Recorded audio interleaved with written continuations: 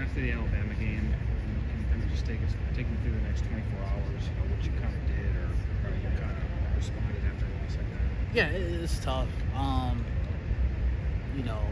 You play football for so long, and it's just kind of like, losing never gets any better. It never gets any sweeter, right? You never out mature losing, and I could tell you, after the game, kind of rally with the guys. You sit down, quiet a little bit, but the day just keeps on going on. And then I have a good support system. My mom was up here. Granted to her, I was happy to see her, and just being able to relax, kick back, watch a little football. I threw on my dad's team, Colorado. I watched them play. Girlfriend, family was in town, was able to hang out with them, go get dinner with them. But it's tough, right? You lay down at bed at night knowing what happened, and that's when the thoughts come in. That's when the times get tough, and you always gotta. A lot of people fall back on things, but kind of fall back on Christ, go to church in the morning, reset, and at the end of the day, that it is what it is, right? It's not going to change. You can't go back in time and change it. So taking that next step forward. A lot of people, just kind of just random messages say they saw a lot of you guys downtown. Just kind of felt like you guys were in disarray. See some of you guys with their heads down outside. How did you think the team just took what happened? And yourself included. Yeah, I mean, I'm not gonna sit here and lie to you guys, right? It's tough losing, right? You put a lot of work in, you put a lot of time in, and to go out there and have the result of that, that sucks. I can't say here that everybody was uplifted, like, oh, we got it, let's keep on going right away. But I think having a bye week after that was amazing, and being able to come back on the field and just focus on ourselves was a great thing for this team. And I can truly say that we took some steps forward in this bye week and this week of preparation too. And I'm excited to see what we can do versus USC this week. Coach Tressel, mentioned through the year plus he's been here, he hasn't gotten this defense to the expectations he would have hoped. Has this surprised you at all, especially maybe through his first 3 games? He's talking about just the ability to win one-on-ones. When you have a linebacker room that's got many years of tape of having success, but for whatever reason, through these first 3 games, it hasn't translated to maybe what happened last year in some cases. Yeah, it's tough. You don't really think about that in the moment. I can't give you a straight, direct answer right now. I got to think about something like that. But I think it's a mix of both. I think it's a group collective thing, and Coach Tress has a good plan out there. We're good players, but something has to mesh. Something needs to click like right now, and we're practicing on it clicking. And each week, you just gotta get better. I don't know if we're gonna be at his expectation. I don't know if we're gonna be at my expectation by when we want it to be. But that's not an excuse to stop going or continue to get better, because we can come close to it. Tressel said something yesterday about the big emphasis of the bye week was like trying to turn it loose and maybe turn up the aggression a little bit. Can you elaborate on that? What did he mean by that? I would say I think it's more of practice, right? You can't go in the game expecting to make plays you haven't made in practice. That's a big emphasis this bye week and this week, right? And I'll give you examples, right? You expect to go in the game and force fumbles, but if you don't force any fumbles in practice, it's going to happen in the game all of a sudden. Or if you got opportunities to catch picks in practice and you drop them, do you expect to go in the game and catch a pick? I think those things are the biggest, because I think we always played aggressive. We've always been playing physical, but it's more of the game-changing things that we need to do in practice to translate to the game. You were here, early in your career, you had some of those Wisconsin defenses that were kind of towards the peak. What's the biggest difference between maybe the last one in 2021 versus what you guys have experienced the last couple of years since this coaching term came in here? Just defensively, I would say I think maybe in the past we were just more on the same page.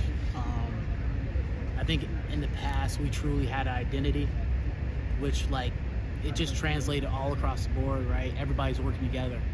And now it's just we're trying to mesh things together, because we have the pieces, we have the coaching, we have the players, but it just all needs to get on the same page for it to be as successful, be as productive as 2021. But I wouldn't say by any stretch of imagination like the guys that were in that room in 2021 were more talented. Outside of a few guys, we had some freaks for sure. Mm-hmm. But it's not night and day to what we have in this room now compared to 2021. You said the word identity about that old team from a few years back. What is stopping you guys from kind of, or do you guys feel that you have an identity with this current defense? Yeah, I mean, it's early in the season. You play teams like Western Michigan, South Dakota, Alabama, right? Those first 2 games were tough. They're early games. They're run teams. You really don't know what you're getting with those guys. Play Alabama. Alabama happened, but I think this Big Ten play coming up, we're really going to see what we are and what we have. And I'm excited for the challenge. I'm excited to see what we have, but at the end of the day, I think we just still need to keep on climbing, still need to keep on getting better in what we have right now. You watched the Michigan USC game? Yeah, I watched a little bit. Obviously, they did well in their first Big Ten game, but I think a lot of people saw. Michigan. Guys, I watched it. Are you talking about like the TV copy? Sure. Okay, yeah, I watched it. I thought you were talking about like on Saturday or something. Okay.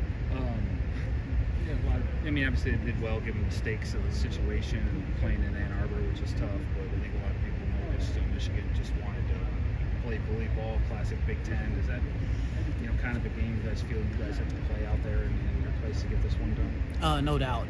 And, those guys over at USC, they're on scholarship. They're a working program, and, I guarantee you what happened between them and Michigan is they don't want that to happen again. And, now it just amps it up even more. Now we got to play even harder. Now we got to play even more physical. Now we got to be even more aggressive. And I think it's going to be a really good game out there in LA. They're a good team. I think we're a really good team too. So it's going to be a great game. Given that, it's a Big Ten opener, and you guys are down your starting quarterback. How much is there a sense of urgency for the defense, knowing okay, we can't get into a shootout with this team. We need to do everything we can to give our offense the best chance to pull this one out. Maybe start to play ugly here. If the offense can't get wrong with the quarterback. Yeah, we still believe in our offense. Still believe in those guys. I think we still have the pieces ready to be able to take the next step in offense. But the best defense is the defense that's not on the field, right? We got to force 3 and outs. We got to force turnovers. We got to force field goals in red zone. And giving our offense the opportunity to hold the ball and allow them to give them opportunities to score and make big plays. I think that's our number one goal as a defense. Let those guys go to work on the field. Let them have more snaps at the end of the game than us. That's our biggest thing. What do you think is special about Lincoln Riley and his offenses? They do what they do.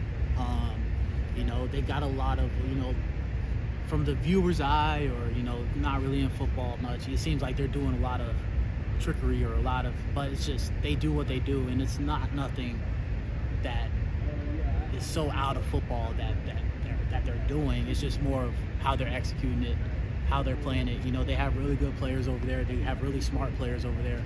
And, they really fit the system well. That's how the offense has been so successful. What about Miller Moss? Lincoln Riley, he's had a lot of great quarterbacks in his career, Heisman winners. What's special about Miller Moss? I know a little bit of his story, right? You kind of look up about these guys, learn their story.